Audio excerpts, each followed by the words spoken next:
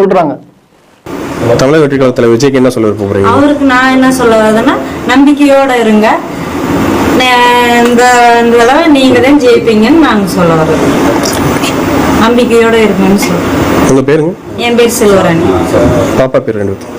பாப்பா பேரு பள்ளிமா கோயிலா, இறந்தவங்க பாப்பா சரி. 2 பேர். ஒரு பெத்த அம்மா எப்படி பெத்த அம்மா வந்து 2 குழந்தைகளை பறி கொடுத்த தாய் பணம் வாங்கின உடனே அந்த 2 குழந்தைகளை மறந்துட்டு அசால்ட்டா சிரிச்சுன்னு ஒரு கவலை இல்லாம இந்த அம்மா பேசுறாங்கன்னா நான் என்ன சொல்றேன்? நான் எந்த உலகத்துல வாழறோம்னு எனக்கு தெரியலங்க. இது என்னங்க நடக்குதுங்க? அரசு வந்து 10 லட்ச ரூபா கொடுத்துறாங்க 2 குழந்தைகளுக்கு. 2 குழந்தைகள் இறந்துருக்கு. அதாவது இருந்தவங்களுக்கு தலா 10 லட்சம், 20 லட்சம் கொடுத்துருக்காங்க.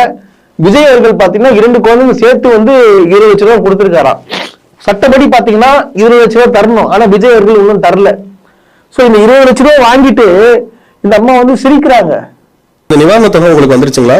இப்போ வந்திருக்குது, 20 லட்சம் வந்திருக்கு. இப்ப யாரோட அக்கௌண்ட்டுக்கு? என்னோட அக்கௌண்ட். இதை பத்தி என்ன கருத்து சொல்றீங்க நீங்க? இதுல நான் கருத்து சொல்றதுக்கு அவரு போட்டு இருக்கிறாரு.